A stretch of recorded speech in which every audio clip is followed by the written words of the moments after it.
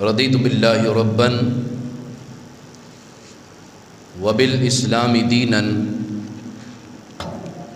وبمحمد نبیا علیہ الصلاۃ والسلام الحمد للہ وحدہ والصلاۃ والسلام علی من لا نبی بعدہ وعلی آلہ واصحابہ الذین اوفوا عہدہ اما بعد فاعوذ باللہ من الشیطان الرجیم بسم اللہ الرحمن الرحیم فصل لربک وانحر صدق اللہ مولانا العظیم وبلغنا رسولہ النبی الکریم الامین ان اللہ وملائکتہ یصلون علی النبی یا ایہا الذین آمنوا صلوا علیہ وسلموا تسلیما الصلاۃ والسلام علیک یا سیدی یا رسول اللہ وعلی آلک واصحابک یا سیدی یا حبیب اللہ۔ اللہ تبارک و تعالی جل جلالہ وعم نوالہ وتم برہانہ وعظم شانہ وجل ذکرہ وعز اسمہ کی حمد و ثنا اور حضور سرور کائنات مفخر موجودات زینت بزم کائنات دستگیر جہاں غم غسار زماں سید سرورہ حامی بے کساں کی بارگاہ اقدس میں ہدیہ درود و سلام عرض کرنے کے بعد نہایت ہی قابل صد احترام معزز و محتشم سامعین کرام، اللہ تعالیٰ کا کروڑوں بار شکر ہے کہ اس نے ماہ ذی الحجہ شریف کا آج یوم نحر یعنی 10 ذی الحجہ کا دن ہمیں دیکھنا نصیب فرمایا۔ آج کے دن مسلمان اپنی قربانیاں رب کریم کی بارگاہ میں پیش کریں گے۔ آج ایک انتہائی خوشی اور مسرت کا دن ہے، کیونکہ مسلمان سنت ابراہیمی پر بھی عمل کریں گے اور سنت مصطفی پر بھی عمل کریں گے۔ ہم نے قربانیاں کرنی ہیں، ہم نے اپنی یہ قربانیاں یہ نذرانے رب کی بارگاہ میں پیش کرنے ہیں۔ تو آج کے دن ہمیں کیا کرنا چاہیے؟ یہ قربانیاں ہمیں کس انداز سے رب کی بارگاہ میں پیش کرنی چاہیے؟ ہمیں طریقہ کار کیا ہونا چاہیے؟ یعنی کس طریقے سے ہم بہترین سے بہترین آج کے دن کو گزار سکتے ہیں، خوبصورت سے خوبصورت کر کے آج کے لمحات کو ہم گزار سکتے ہیں؟ وہ کون سے طریقے ہیں؟ یعنی کن طریقوں پر چل کر ہم آج کی خوشیوں کو اچھے انداز سے گزار سکتے ہیں؟ تو اس حوالے سے چند گزارشات میں نے آپ کے سامنے کرنی ہے۔ اللہ رب العزت کی بارگاہ اقدس میں دعا ہے کہ اللہ کریم ہمیں جو سنے اس پر عمل کرنے کی توفیق نصیب فرمائے۔ سب سے پہلی بات میں حضرات کو عرض کرنا چاہوں گا، جو دوست احباب ابھی تک گھروں میں ہیں اور ابھی تک غسل خانوں کی زینت بنے ہوئے ہیں، ان سے گزارش ہے کہ آپ جلد از جلد مسجد میں آ جائیں۔ تقریباً 25 منٹ رہ گئے ہیں اور 25 منٹ کی یہ گفتگو ہے۔ اس کے بعد انشاءاللہ تعالی کسی بھی چودھری صاحب کا انتظار نہیں کیا جائے گا، بلکہ وقت مقررہ پر جماعت کھڑی کر دی جائے گی۔ آج کے دن کو ہم نے کیسے گزارنا ہے؟ سب سے پہلے ہماری جو قربانی ہے، اس میں ہم نے رضائے الہی کی نیت کو پیش نظر رکھنا ہے۔ سب سے پہلا کام ہم نے یہ کرنا ہے کہ اپنی قربانی کے اندر ہم نے اخلاص پیدا کرنے کی کوشش کرنی ہے۔ ہم نے اپنی قربانی صرف اور صرف خدا کی رضا کے لیے کرنی ہے، کیونکہ اگر خدا نخواستہ دکھاوا ہوگا تو وہ روایت یاد کیجئے کہ جس وقت شہید کو بھی قیامت کے دن لایا جائے گا اور ایک عالم دین کو بھی قیامت کے دن لایا جائے گا، ایک سخی کو بھی قیامت کے دن لایا جائے گا، لیکن ان کو اوندھا کر کے الٹے منہ کر کے ان کو جہنم میں پھینک دیا جائے گا۔ حالانکہ سخی بہت زیادہ سخاوت کرتا رہا، حالانکہ عالم علم دین حاصل کر کے سکھاتا رہا، حالانکہ جو شہید تھا اس نے اپنی جان ہی راہ خدا میں پیش کر دی، لیکن اس کے باوجود ان کو جہنم میں پھینک دیا جائے گا۔ اور یہ کہا جائے گا کہ تم نے جتنے اعمال کیے تھے تمہارے اعمال کے اندر خدا کی رضا شامل نہیں تھی، تمہارے اعمال کے اندر اخلاص شامل نہیں تھا۔ اے عالم، تو نے علم اس لیے حاصل کیا تھا تاکہ لوگ تجھے علامہ کہیں، لوگ تجھے عالم کہیں، لوگ تیری واہ واہ کریں، تو واہ واہ کروا چکا۔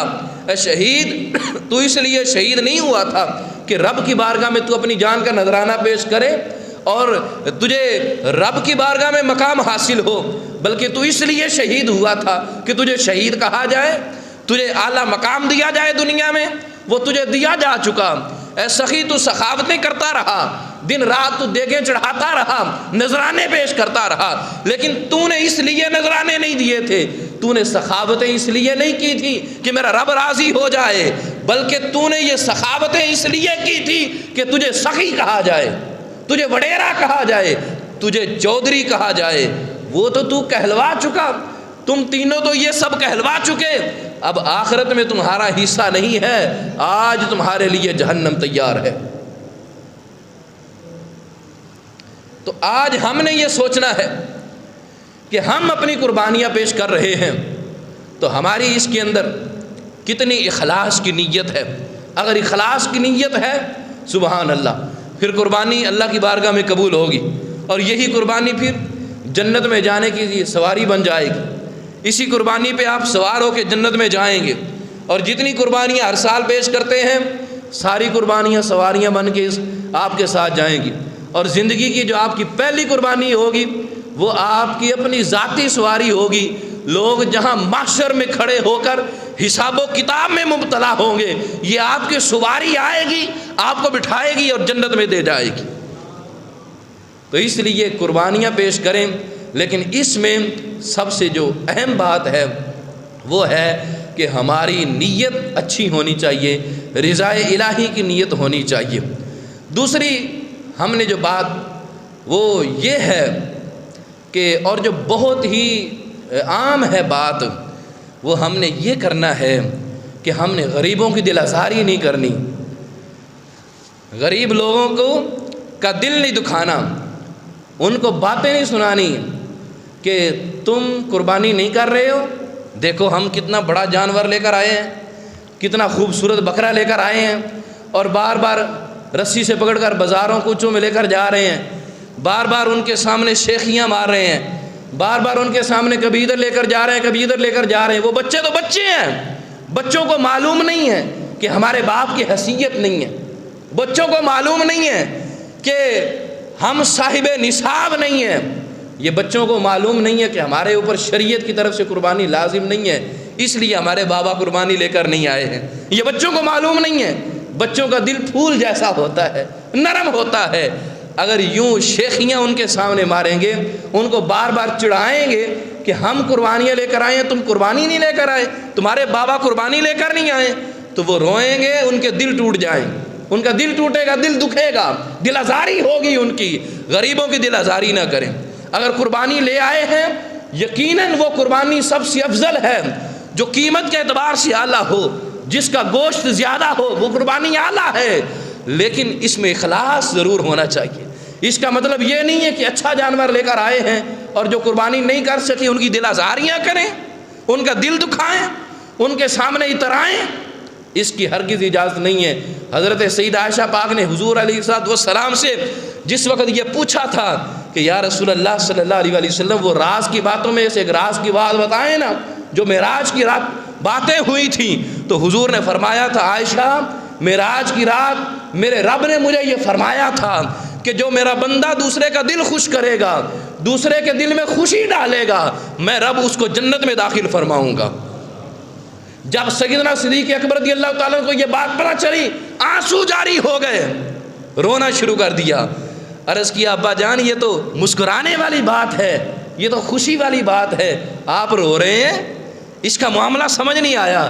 فرمایا بیٹی اس بات کا دوسرا رخ دیکھو، ایک مسلمان دوسرے کا دل خوش کرے گا، رب اس کو جنت کا داخلہ عطا فرما دیتا ہے، اور اگر کوئی مسلمان دوسرے کا دل دکھائے گا، رب اس کے ساتھ کیا کرے گا؟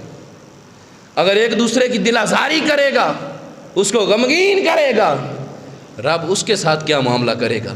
تو اس رخ کو بھی دیکھیں کہ ہم قربانیاں کریں تو قربانیوں کا مقصد ہرگز یہ نہیں ہونا چاہیے کہ ہم اپنے مسلمان بھائیوں کی اور بچوں کی دل آزاریاں کریں، ان کے دل دکھائیں، یہ ہرگز مطلب نہیں ہونا چاہیے، بلکہ ان کو پیار محبت دیں، ان کو یہ باور کروائیں، ان کو یہ بتائیں کہ یہ قربانی ہماری نہیں، یہ آپ کی قربانی ہے، ان کو یہ کہیں کہ یہ جانور حقیقت میں ہمارا نہیں ہے، یہ تو آپ کا جانور ہے، بیٹا آپ ہی اس کو پکڑ کے آگے پیچھے لے کر جاؤ، تاکہ ان کا دل خوش ہو جائے۔ آج کے دن جو ایک اہم کام اور کرنا ہے وہ یہ ہے کہ گوشت کی تقسیم کاری کے اندر ہم نے احتیاط کرنی ہے۔ تقسیم کاری کے اندر ہم نے کن لوگوں کو مد نظر رکھنا ہے؟ ہم نے غرباء اور فقراء کو سب سے پہلے اپنے سامنے رکھنا ہے۔ یہ باتیں صرف کرنے کی حد تک نہیں ہیں، ان پر عمل کی بھی ہم نے کوشش کرنی ہے۔ ہمارے ہاں عجیب رسم و رواج شروع ہو گئے ہیں، میں بھی قربانی کر رہا ہوں، یہ حضرت بھی قربانی کر رہے ہیں، یہ میرے گھر گوشت بھیج رہے ہیں، میں ان کے گھر بھیج رہا ہوں، رسم پوری ہو گئی ہے۔ یہ رسم ختم کرنی ہے۔ ان کے گھر میں تو پہلے وافر مقدار میں گوشت ہے، ساتھ ہمسایہ غریب ہے، کیا ہوا اس کا سٹیٹس میرے برابر نہیں ہے؟ کیا ہوا وہ میرے لیول کا نہیں ہے؟ کیا ہوا وہ اس کے نام کے ساتھ چودھری نہیں لگتا؟ کیا ہوا وہ میرا ریلیٹیو نہیں ہے، میرا رشتہ دار نہیں ہے؟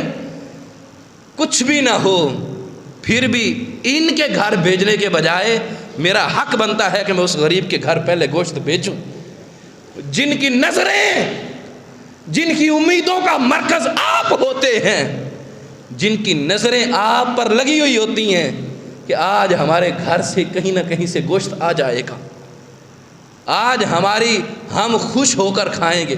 یقین کریں اس وقت مہنگائی آسمان کو چھو رہی ہے، مہنگائی کمر توڑ رہی ہے، غریب تو غریب، امیروں کی بھی چیخیں نکل رہی ہیں، یہ معاملہ ہو چکا ہے ہمارے سامنے۔ تو ایسے حالات کے اندر مٹن، بیف، بکرے کا، گائے کا بڑا گوشت گھر میں پکانا آسان نہیں ہے۔ کئی غریب ایسے ہوتے ہیں کہ جو سال بھر گوشت گھر میں دیکھ بھی نہیں پاتے، ان کی نظریں صرف آج کے دن پر ہوتی ہیں اور اللہ کے ان نیک بندوں پر ہوتی ہیں جو قربانیاں کر رہے ہوتے ہیں، ان کے گھروں میں گوشت پہنچائیں۔ یہ چینجنگ، یہ لین دین والا معاملہ ختم کریں۔ اگر بچ جائے محبت کے لیے بھیجیں، آپ اس سے منع نہیں ہے، لیکن سب سے پہلے اپنے محلے میں دیکھیں کہ کون سا گھر ایسا ہے جو قربانی نہیں کر رہا، کون سے بچے ایسے ہیں جو آج بھی یتیم ہیں اور مسکین ہیں، ان کے گھروں میں جانور نہیں ہے قربانی پیش کرنے کے لیے، تو ان کو دیکھیے اور سب سے پہلے ان کے گھر میں گوشت پہنچائیے، اور تبادلے سے گریز کریں۔ یہ جو تبادلہ ہے، تو نے مجھے دے دیا اور میں نے تجھے دے دیا، اس چیز سے بچیں۔ یہ رسم ہے، یہ صرف رسم رہ جائے گی، غریبوں کا دل تو خوش نہیں ہوگا نا۔ جو غریب اٹھا کر دعائیں کریں گے، وہ دعا جو رب کے عرش تک پہنچے گی، وہ دعا تو نہیں لے سکیں گے نا۔ وہ دعا لینی ہے تو غریبوں کا دل خوش کرنا پڑے گا۔ آج کے دن ایک اور اہم کام جو ہمیں کرنا چاہیے، میرا مشورہ ہے اور میں ہر بار ہی یہ مشورہ دیتا ہوں، آپ صحت مند ہیں، آپ تندرست ہیں، آپ نئے کپڑے پہن کر مسجد میں آئے ہیں، لیکن یاد کریں ان کو جن کے مریض آج بھی ہاسپٹلوں میں پڑے ہوئے ہیں، جن کے آج بھی رشتہ دار، ماں باپ، بہن بھائی ہاسپٹلوں میں ہیں، ہسپتالوں میں ہیں، موت اور زندگی کی کشمکش میں ہیں، کئی کومے میں پڑے ہوئے ہیں، کئیوں کے ایکسیڈنٹ ہیں، نازک حالت میں ہیں، وہ ان کے ساتھ ان کے رشتہ دار بھی وہاں ہیں، کچھ غریب ہیں، مسکین ہیں، آج کے دن وہ وہاں محروم ہوں گے ان سب خوشیوں سے۔ ایسا کریں، تھوڑا جگرا بڑا کریں، تھوڑا وقت نکالیں، گوشت تقسیم کر لیں، تھوڑا سا بچا لیں، ان گوشت کے اس کو گھر میں پکائیں اچھے سے کر کے، 50-100 ڈسپوزیبل ڈبے بنائیں، پیک کریں، کسی بھی ہاسپٹل میں چلے جائیں، وہاں پر جو غرباء اور فقراء موجود ہیں، جو مریضوں کے ورثاء موجود ہیں، کیونکہ مریضوں کو تو ہو سکتا ہے یہ چیز منع ہو، لیکن کئیوں کو منع نہیں بھی ہوتی، ان کو جا کر پیش کریں، ان کا دل خوش کریں۔ جب گھر سے پکا کر لے کر جائیں گے، ان کو جا کر دے گے، خدا جانتا ہے کتنی خوشی ان کو حاصل ہوگی، خدا جانتا ہے کیسی کیسی دعائیں ان کے دلوں سے نکلیں گی. اور جو ساری زندگی محنت کر کے آپ منزل حاصل نہیں کر سکے نا، ہو سکتا ہے ایک دعا کی برکت سے اللہ وہ منزل آپ کو عطا فرما دے. تو اس پر بھی عمل کرنا چاہیے. آج کے دن نہ کریں، کل کر لیں، پرسوں کر لیں، جب دل اجازت دے. اور کرنے والے تو سال بھر ہی کرتے ہیں اور جا کر وہاں پر تقسیم کر رہے ہوتے ہیں لنگر. تو ہم چلو سارا سال نہ صحیح، چلے ان ایام میں تو ہمیں کوشش کرنی چاہیے کہ یہ بھی ایک دل خوش کرنے کی اور قربانی کا گوشت تقسیم کرنے کی ایک بہترین صورت ہے ہمارے لیے. ایک اور بات صاحب سنیں، آپ اپنے گھر میں ہیں، آپ کا ملازم بھی آپ کے گھر میں ہے، آپ کا نوکر بھی آپ کے گھر میں ہے، وہ کئی سینکڑوں میل کا سفر کر کے آپ کا ڈرائیور بن کے رہ رہا ہے آپ کے گھر میں، آپ کا چوکیدار بن کے آپ کے گھر میں رہ رہا ہے. کیا اس کا دل نہیں چاہتا وہ اپنی خوشیاں سیلیبریٹ کرے؟ کیا اس کا دل نہیں چاہتا کہ وہ اپنے والدین اس کے ہوتے اور ان کے ساتھ وہ خوشیاں گزارے؟ کیا ان کا دل نہیں چاہتا میرے بچے آج میرے پاس ہوں؟ کیا اس کے دل نہیں چاہتا میں بھی ان خوشیوں میں شریک ہو جاؤں جو خوشیاں آپ منا رہے ہیں؟ صاحب آپ تو سلام لینا بھی اس سے پسند نہیں کر رہے، صاحب آپ تو گزر رہے ہیں اس کو سلام بھی نہیں کر رہے ہیں، عید مبارک بھی برداشت نہیں کر رہے کہنا کہ کہیں میری چدراہٹ میں فرق نہ آ جائے. خدا را غور کریں. آج ملازم کو ملازم نہ سمجھیں، آج نوکر کو نوکر نہ سمجھیں، آج ڈرائیور کو ڈرائیور نہ سمجھیں، آج اسے اپنے گھر کا فرد سمجھیں. آج کے دن اس کے ساتھ خوشی، اس کو خوشی میں شریک کریں. جو گھر میں پکائیں وہی اس کو پیش کریں. جیسے گھر والوں کو عیدی دیں ویسے اپنے ملازم کو بھی عیدی دیں. حضور علیہ الصلوۃ والسلام کے حدیث پاک کا مفہوم ہے، آپ نے فرمایا تمہارا غلام وہ تمہارے لیے محنت کرتا ہے، کھانا بناتا ہے، دھواں برداشت کرتا ہے، گرمی برداشت کرتا ہے، اس کی جو سیلری ہے وہ تو ہے، جو حق ہے اس کا وہ تو ہے، لیکن اس کے علاوہ اور بہت ساری محنت کی ہے جس کا بدلہ صرف اور صرف آپ کی ایک مسکراہٹ ہے، جس کا بدلہ پیسے نہیں ہے، جس کا بدلہ صرف اور صرف یہ ہے کہ آپ اچھے انداز سے اس کو بلائیں، اس سے ملیں، اس کو تحفہ پیش کریں. تو آج ان لوگوں کو بھی نہ بھولیں جو اپنے گھروں کو چھوڑ کر مجبوری، بھائی مجبوری لے کر آتی ہے نا دور. کوئی خوشی سے تو اپنے گھر سے دور نہیں رہتا. کسی کا گھر میں بزنس ہو، کاروبار ہو، کسی کا دل کرے گا بچوں سے دور جانے کے لیے؟ نہیں کرے گا. مجبوری دور لے آتی ہے، مجبوری پردیس دکھاتی ہے، مجبوری عیدیں بقرعیدیں گھر سے باہر گزرواتی ہے. یہ مجبوریاں ہیں، ان مجبوریوں میں آپ ان کا ساتھ نہیں دے سکتے. اور سیلری تو دینی ہی دینی ہے. اوروں میں بڑے بڑے پیسے تقسیم کر دیتے ہیں، گھر کے افراد، گھر کے نوکر و خادم اور ملازم یہ محروم ہیں آپ کی خوشیوں سے. تو ان کا بھی احترام کریں مسلمان کا دل خوش کرنے کی نیت سے. اب یقین کریں یہ کام کریں گے، اس کی لوجک کیا ہے، اس کی بیس کیا ہے، اس کی بنیاد کیا ہے، اس کی ریزن کیا ہے. اس کی ریزن یہ ہے کہ یہ کیوں کرنا ہے، اس کی بیس کیا ہے، کس وجہ سے یہ کرنا ہے. وہ پہلے اگر 50% نیت سے آپ کا کام کرتا ہے، پھر 100% خوش ہو کر دل لگی سے آپ کا کام کرنا شروع کر دے گا. آپ سے محبت کرنے لگ جائے گا، آپ سے پیار کرنے لگ جائے گا. یہ بھی ایک ہم نے کرنا ہے. اور کھانا کھلانے کی کیا فضیلت ہے، بھوکے کو کھانا کھلانا. میرے حضور نے فرمایا من موجبات المغفرت، مغفرت کے جو واجب کرنے والی چیزیں ہیں ان چیزوں میں سے اطعام المسلم السبغان. فرمایا بھوکے مسلمانوں کو کھانا کھلانا یہ بھی مغفرت کا حقدار بندے کو بنا دیتا ہے. تو مغفرت کے حقدار کیوں نہ آج بنے. اس کے علاوہ اور بہت سارے کام ہیں جو ہمیں آج کے دن کرنے چاہیے، لیکن اختصار کرتے ہوئے ہم دوسری طرف چلتے ہیں. ہم قربانیاں کر رہے ہیں صاحب، ہم اپنے جانور اللہ کی بارگاہ میں پیش کر رہے ہیں الحمدللہ، لیکن کیا کبھی سوچا ہے کہ اس جانور کے قربان کرنے سے ہمیں سبق کیا ملتا ہے، ہمیں درس کیا ملتا ہے؟ دیکھیں ضروری کیا ہے کہ جانور وہ پیش کریں رب کی بارگاہ میں جو بے عیب ہونا چاہیے. کیا ہونا چاہیے؟ بولیں ذرا سارے، بے عیب ہونا چاہیے۔ صاحب ایک جانور آپ خدا کی بارگاہ میں پیش کر رہے ہیں اور وہ آپ بھی جانتے ہیں کہ بے عیب ہوگا تو قبول ہوگا۔ آپ خود عیبوں سے بھرے ہوئے ہیں، آپ کا رب آپ کو کیسے قبول کرے گا؟ ہائے ہائے ہائے، خود عیبوں سے لتھڑے ہوئے ہیں، اپنے کو بھی تو عیبوں سے پاک کریں نا۔ جانور کا عیب تو چلو ہو سکتا ہے ختم نہ ہو، آپ اپنے عیب تو ختم کر سکتے ہیں نا۔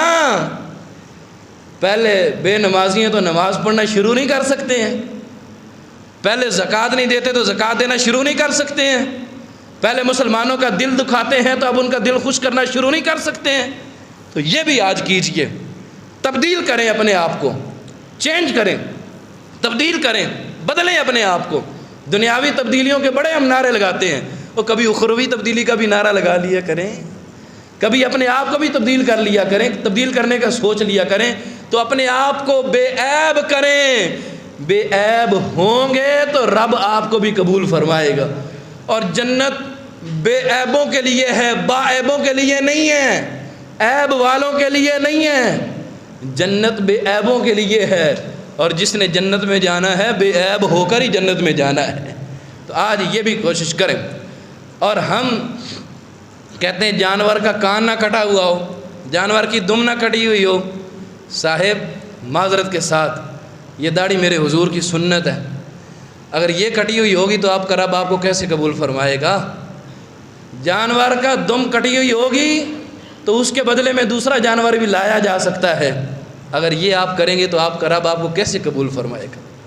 اس پر بھی کوشش کریں، سنت رسول ہے، واجب ہے، رکھنے کی کوشش کریں۔ ایسا نہیں ہے کہ آپ کا رشتہ اس کی وجہ سے رکا ہوا ہے، اور ہو سکتا ہے سنت رسول رکھیں، اس کی برکت سے بہترین آپ کا رشتہ ہو جائے، رشتوں میں رکاوٹیں ختم ہو جائیں۔ اور پھر ایک اور چیز، ہم کہتے ہیں جانور کے کان درست ہونے چاہیے، کیا ہمارے کان درست ہیں؟ بظاہر تو نظر آ رہے ہیں، لیکن کیا حقیقت میں درست ہیں؟ نہیں صاحب، حقیقت میں درست نہیں ہیں۔ ان کانوں میں گالیاں بھی جاتی ہیں، ان کانوں میں موسیقی بھی جاتی ہے، ان کانوں میں موسیقی، گانے، کفریہ باتیں، کفریہ اشعار، غیر محرموں کی آوازیں ان کانوں میں جاتی ہیں۔ ارے جانور کے کان خراب ہوں تو وہ قبول نہیں ہو سکتا، آپ کے کان خراب ہوئے تو آپ کو آپ کا رب کیسے قبول کرے گا؟ تو آج یہ بھی کریں، یہ بھی کوشش کریں نا کہ اپنے کانوں کو بھی ہم پاک کریں۔ جو موسیقی سنے گا، جو کہتے ہیں نا موسیقی روح کی غذا ہے، سنیں، جو موسیقی سنے گا مفہوم ہے کہ اس کے کان میں سیسا پگھلا کر ڈالا جائے گا، کون آج برداشت کر سکتا ہے؟ تو یہ بھی کوشش کریں۔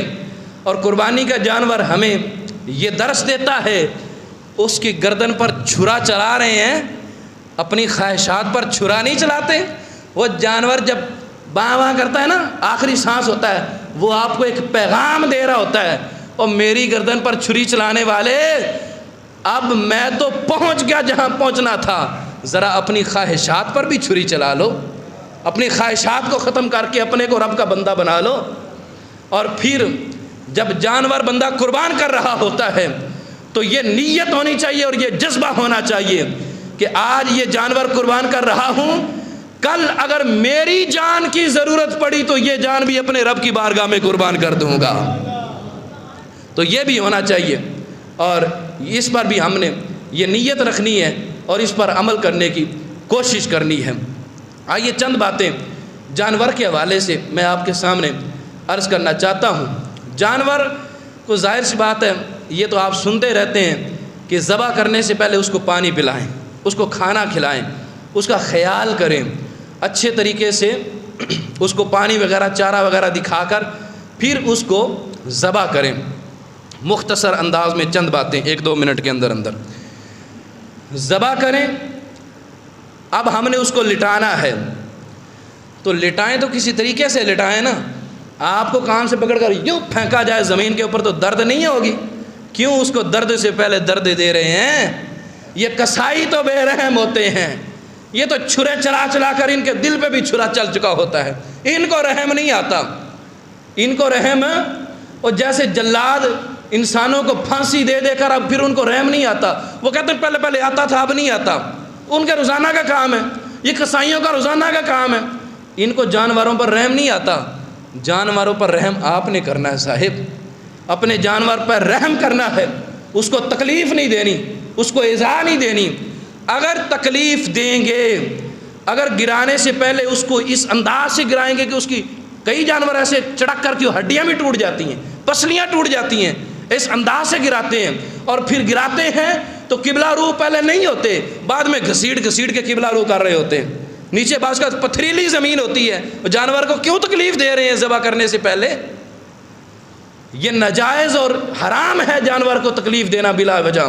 اور میں آپ کو بتا دوں، کھولیں ذرا دل کے کان، دل کے کانوں سے سنیں یہ بات، دل کی تختیوں پہ لکھیں یہ بات۔ میں آپ کو بتاؤں، ذمی کافر وہ ہوتا ہے جو ہمارے ملک میں ٹیکس دے کر امان لے کر ہمارے ملک میں رہ رہا ہو، اس ذمی کافر پر ظلم کرنا مسلمان پر ظلم کرنے سے بھی بڑا جرم ہے۔ یہ بات سمجھانا چاہتا ہوں، ذمی کافر جو ہمارے ملک میں کافر ٹیکس دے کر رہ رہا ہے، اس پر ظلم کرنا عام مسلمان پر ظلم کرنے سے بھی بڑا جرم ہے، اور جانور پر ظلم کرنا ذمی کافر پر ظلم کرنے سے بھی بڑا جرم ہے۔ دیکھیں صاحب بات کہاں گئی، اور ہم تو پتہ نہیں کیا سوچتے رہ گئے، کہاں ہم کن وادیوں میں گھوم رہے ہیں۔